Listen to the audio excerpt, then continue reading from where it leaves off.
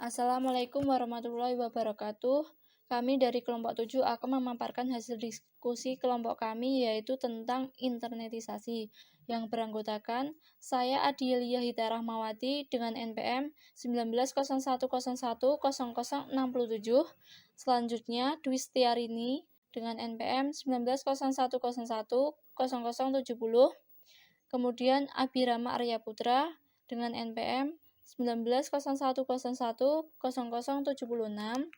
Selanjutnya, Nida Ahmad Mufadol dengan NPM 1901010091.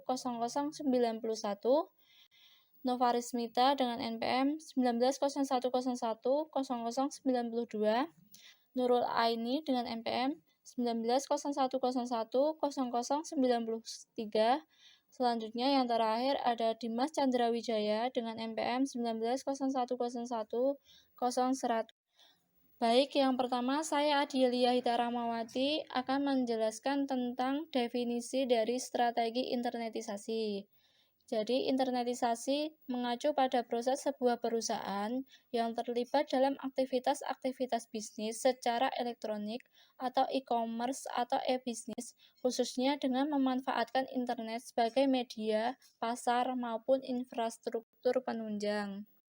Selanjutnya, saya Dwi Sarini NPM 1970 akan menjelaskan tentang internet sebagai media elektronik mutakhir yang menunjang e-commerce dengan mengalami pertumbuhan sangat pesat. Pertama, pada tahun 1998, sekitar 100 juta orang di seluruh dunia menggunakan internet, di mana 67 juta diantaranya berlokasi di Amerika Serikat.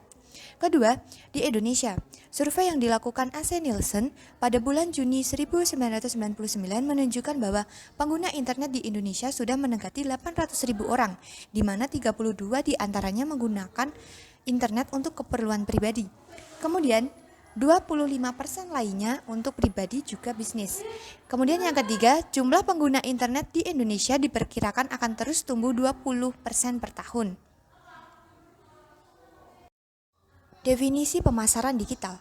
Menurut Ridwan Sanjaya dan Joshua Tarigan 2009, digital marketing adalah kegiatan pemasaran termasuk branding yang menggunakan berbagai media. Sebagai contoh, blog, website, email, dan AdWords. Dan tentunya ada berbagai macam jaringan media sosial lain. Jadi, pemasaran digital adalah pemasaran produk atau layanan dengan menggunakan teknologi digital melalui internet, media sosial, telepon seluler, atau media digital lainnya.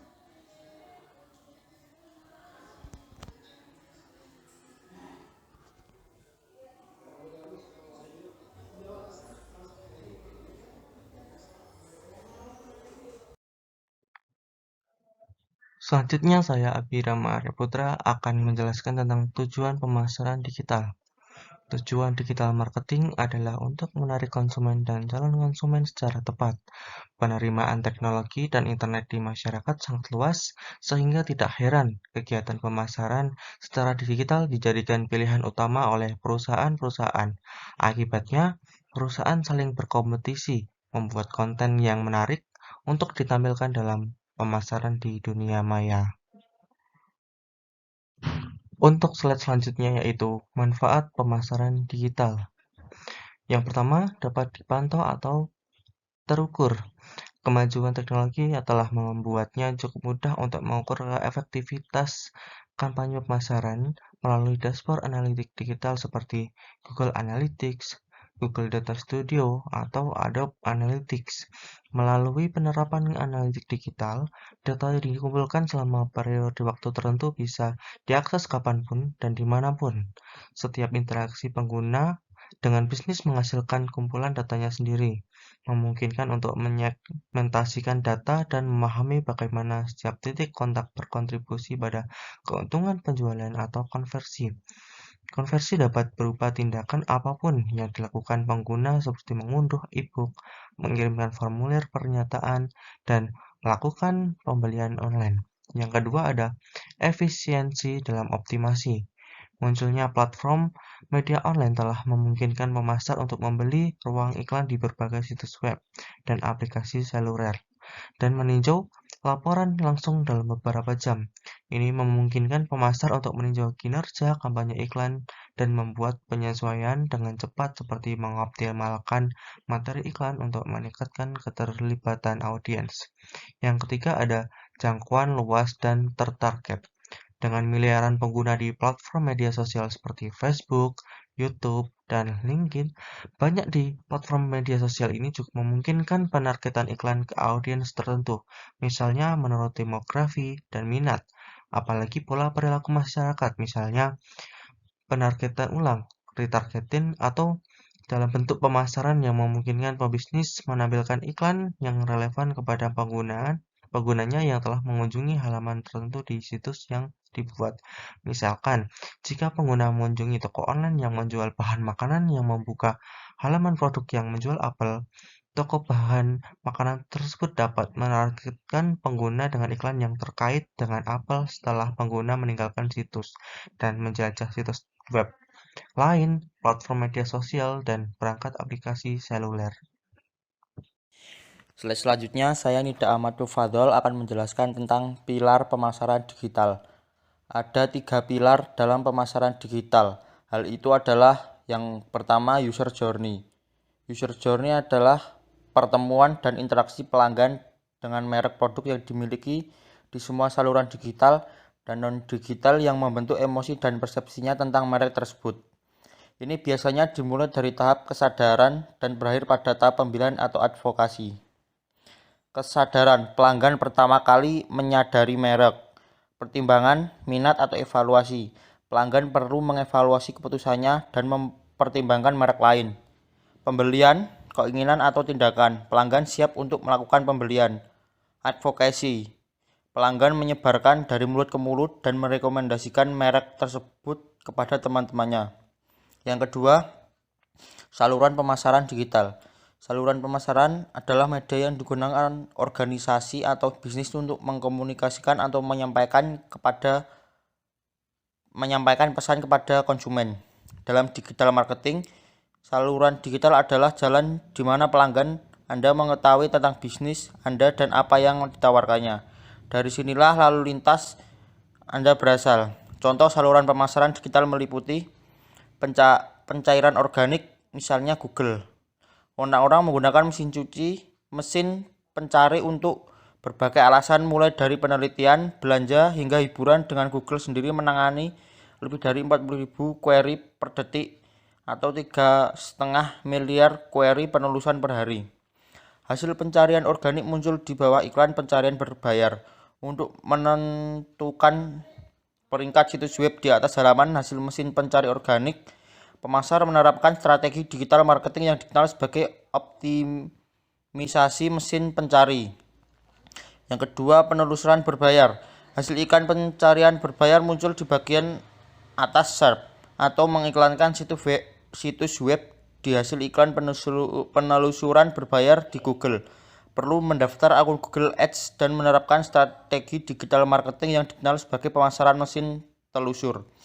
Display Ads. Display Ads mengacu pada penempatan iklan yang muncul di halaman web saat pengguna menjelajahinya. Agar iklan muncul di penempatan situs web, dapat memulai dengan Google Ads atau Demand Side Platform. Email. Ada sekitar 4 miliar pengguna email pada tahun 2020 sampai Statista. Email masih menjadi salah satu media paling populer yang digunakan bisnis untuk berkomunikasi dengan pelanggan mereka saat ini. Media sosial. Media sosial tidak perlu diperkenalkan. Orang-orang menggunakannya setiap hari untuk mengikuti berita terbaru atau terhubung dengan teman dan keluarga di seluruh dunia. Referral traffic yang diperoleh adalah hasil dari pengguna mengklik hyperlink atau tautan balik dan menavigasi dari satu situs web ke situs web lain atau target hyperlink atau situs web. Yang selanjutnya, yang ketiga adalah materi konten yang kreatif. Ini adalah konten dalam bentuk grafik, visual, teks, dan video yang dibuat dan dipasarkan oleh merek Anda yang berinteraksi dan dicerna oleh pelanggan Anda. Jika disebut sebagai konten marketing, materi iklan berupa spanduk iklan, iklan video, iklan teks, sedangkan isi berupa artikel blog, video, infografis. Selanjutnya adalah kelebihan pemasaran digital. Yang pertama, kecepatan penyebaran. Strategi pemasaran dengan menggunakan media digital dapat dilakukan dengan sangat cepat, bahkan dalam hitungan detik. Selain itu, DM juga dapat diukur secara real time dan tepat. Yang kedua, kemudahan evaluasi. Dengan menggunakan media online, hasil dari kegiatan pemasaran dapat langsung diketahui. Informasi seperti berapa lama produk ditonton, berapa banyak orang yang melihat produk tersebut, berapa persen konversi penjualan dari setiap iklan, dan sebagainya. Yang ketiga, jangkauan lebih luas. Kelebihan berikutnya yaitu jangkauan geografis dari DM yang luas sehingga dapat menyebarkan brand atau produk ke seluruh dunia hanya dengan beberapa langkah mudah dengan memanfaatkan internet. Yang keempat, murah dan efektif. Dibandingkan dengan pemasaran tradisional, tentu saja digital marketing jauh lebih murah dan efektif. Biaya anggaran yang dihemat dapat sampai 40%. Hal tersebut menurut Gartner as Digital Marketing Spend Report. Yang kelima, membangun nama brand. Digital marketing membantu membangun nama brand dengan baik. Eksistensi dunia maya dengan keberadaan brand sangat penting karena orang akan melakukan pencarian online sebelum membeli produk. Saya Nova Resmita akan menjelaskan jenis pemasaran digital. Untuk yang pertama, website. Website sangat berperan dalam menunjukkan profesionalisme perusahaan, membantu konsumen mengetahui bisnis yang ada, promosi yang hemat, dan media bisnis yang mudah. Untuk yang kedua, search engine marketing. Upaya untuk membuat website perusahaan mudah ditemukan dalam sistem mesin pencari. Search engine marketing terbagi atas search engine optimization atau SEO dan search engine marketing atau SEM. SEO dilakukan sendiri dengan waktu yang lebih lama dan murah, sedangkan SEM berbayar tetapi lebih cepat. Untuk yang ketiga, social media marketing. Edaran platform di media sosial seperti Facebook dan Twitter karena dapat dilakukan dengan biaya yang minim, bahkan gratis. Ini tentu saja dapat meningkatkan brand perusahaan. Untuk yang keempat, online advertising. Media promosi melalui internet dengan berbayar. Ini dapat mendapatkan konsumen dengan lebih cepat dan memuaskan, namun terbilang lebih mahal dibandingkan jenis yang sebelumnya. Untuk yang kelima, email marketing. Pemasar dapat memberitahu informasi terbaru mengenai promosi yang sedang berlangsung maupun produk atau jasa terbaru. Untuk yang keenam, video marketing. Dengan cara ini, pemasar dapat langsung menjelaskan tentang bisnisnya, menjalankan produk, dan cara menggunakannya, serta menampilkan testimonial pelanggan. Untuk yang selanjutnya adalah strategi digital marketing. Yang pertama, search engine optimization atau SEO. SEO adalah upaya untuk mengoptimasi sebuah situs agar mendapatkan peringkat teratas dari hasil pencarian. Untuk menjadi peringkat teratas, pemasar perlu memahami bagaimana sistem mesin pencari. Media yang dapat digunakan seperti website, blog, dan infografis. Untuk yang kedua, content marketing. Di sini merencanakan, membuat, serta membagikan konten tentang perusahaan. Hal tersebut untuk menarik pembaca, mengetahui bisnis, dan memotivasi mereka untuk menjadi pembeli. Konten ini dapat dibuat dalam bentuk unggahan blog, media sosial, artikel, e-book, infografis, serta brosur online. Untuk yang ketiga adalah otomatisasi pemasaran. Ini merupakan teknik otomatisasi tugas-tugas secara berulang. Tugas-tugas seperti alur pekerjaan, susunan unggahan konten, serta laporan kampanye. Otomatisasi ini dapat dilakukan di kanal digital seperti email dan media sosial. Untuk yang keempat, pay per click adalah cara untuk mengarahkan traffic ke situs Anda dengan bayaran setiap kliknya. Contohnya Google AdWords, Anda bayar lalu mendapatkan slot teratas setiap pencarian di Google dan dikenakan biaya setiap kliknya.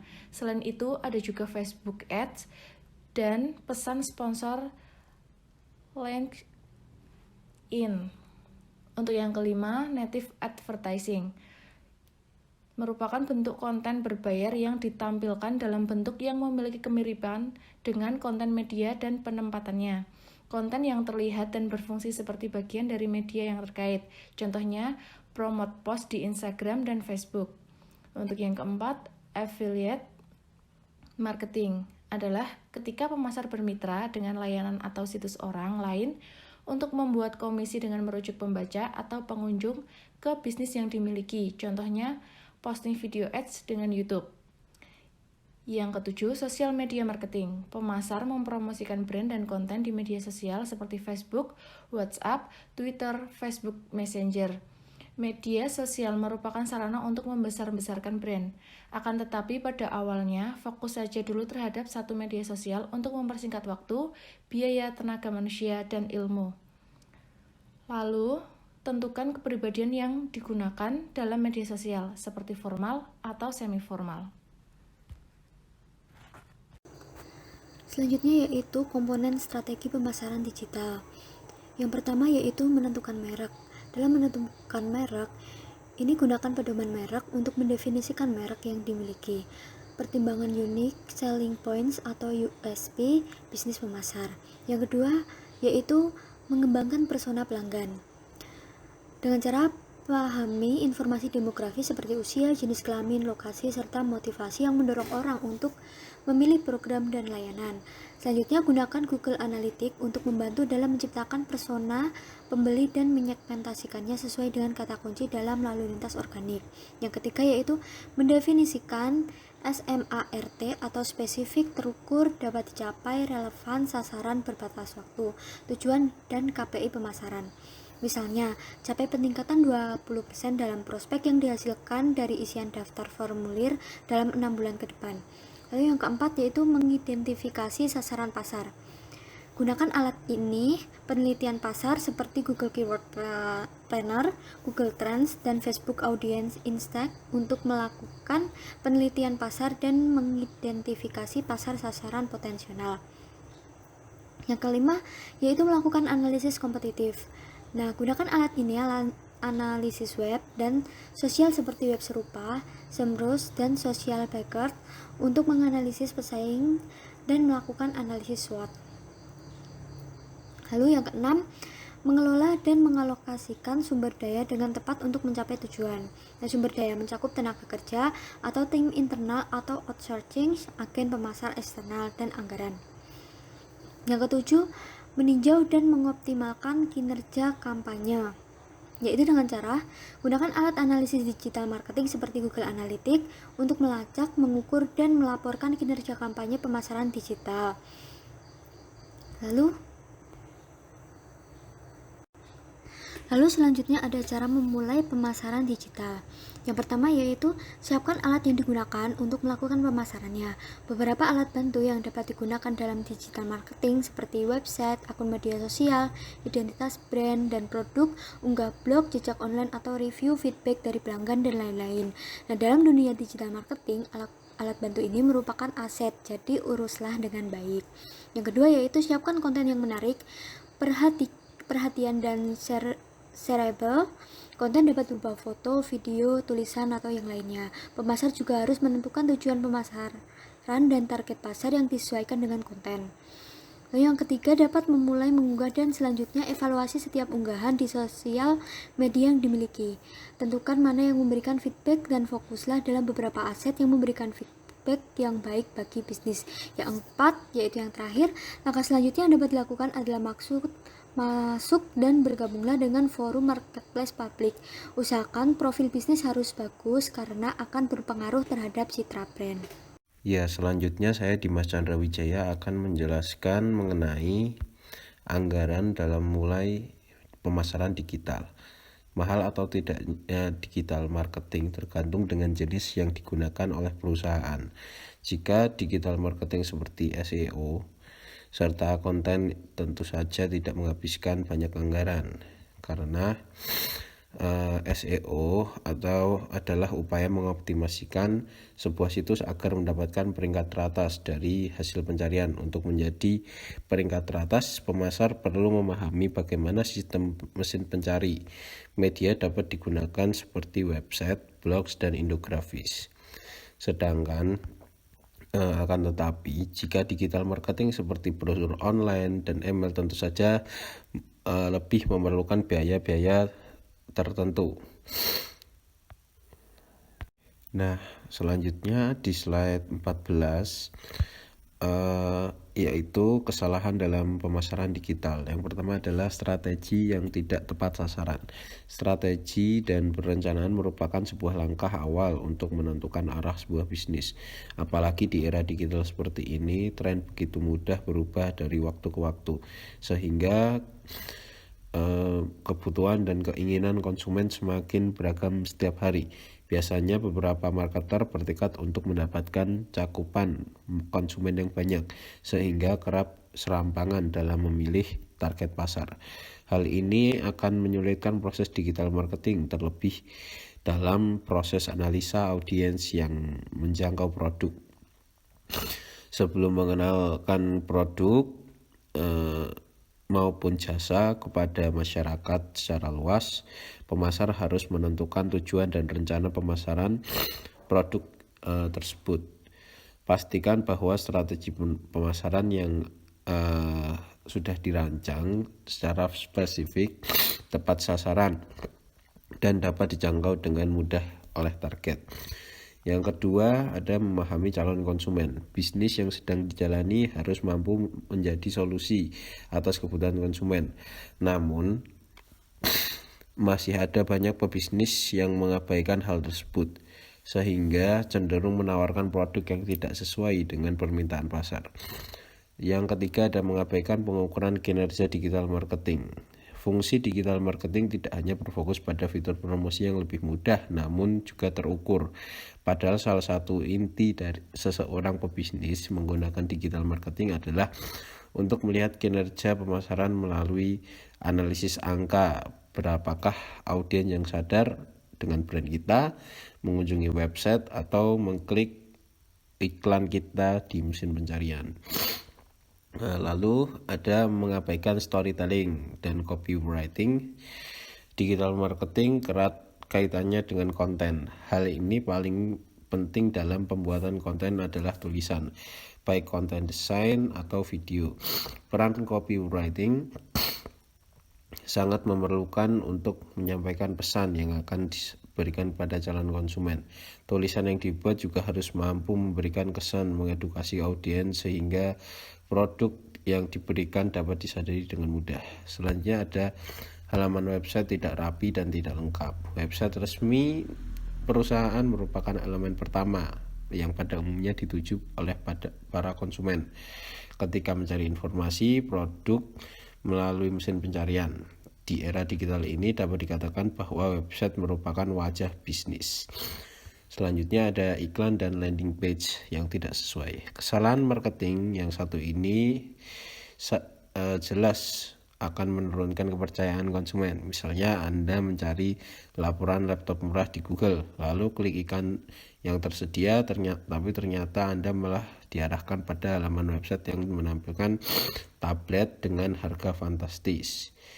Nah, ini berarti ada ketidaksesuaian antara pengiklanan dan produk yang dicari. Selanjutnya ada proses checkout yang rumit. Jika website mengharuskan konsumen untuk melalui tahapan checkout yang rumit, maka hampir dapat dipastikan bahwa konsumen justru akan meninggalkan website tanpa menyelesaikan pembeliannya. Yang terakhir ada tidak menghitung return of investment. ROI atau yang lebih dikenal dengan istilah laba atau investasi merupakan rasio uang yang diperoleh atau hilang dalam sebuah investasi. Menghitung ROI atau ROI bisa menjadi hal yang cukup. Pertama, pemasar perlu menentukan komponen mana saja yang perlu dihitung seperti traffic, leads, conversion rate, dan jumlah klik. ROI harus dihitung dengan menggunakan dengan mengurangi jumlah total penjualan dengan biaya investasi, kemudian bagi dengan keseluruhan biaya investasi dan dikalikan dengan 100%. Dan yang terakhir, terima kasih Jika ada kurangnya mohon maaf, dan jika ada lebihnya itu datangnya semua dari Allah Subhanahu wa taala. Akhirul salam, wassalamualaikum warahmatullahi wabarakatuh.